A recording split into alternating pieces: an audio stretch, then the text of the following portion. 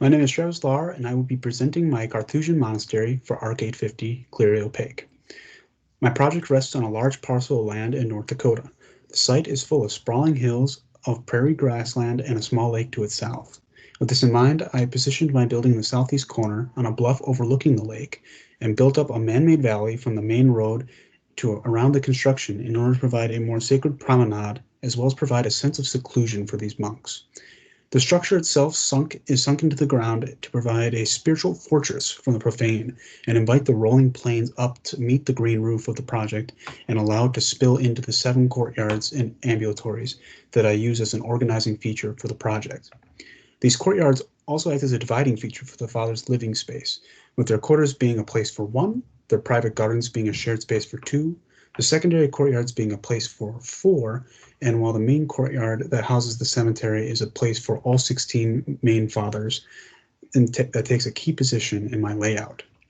The layout itself is organized on a grid system centered around what I call the spiritual axis of the building, which provides several key features.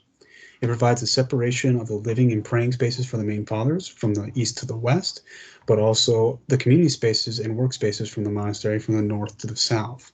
It also acts as the main circulation spine, simplifying the daily routine of all involved in the monastery and making the project easily navigable. Lastly, it provides a relationship between the living church and the burial in the main courtyard. I made a great use of 3 glass typologies in this project: low E, gradient to opaque, and channel glass. I used the gradient and low E around the secondary courtyards to create a more private space for the forefathers using them, as well as to manifest this divine space that they can retreat to. While the main use of my channel glass was used in conjunction with uplighting to form walls of light between more private spaces.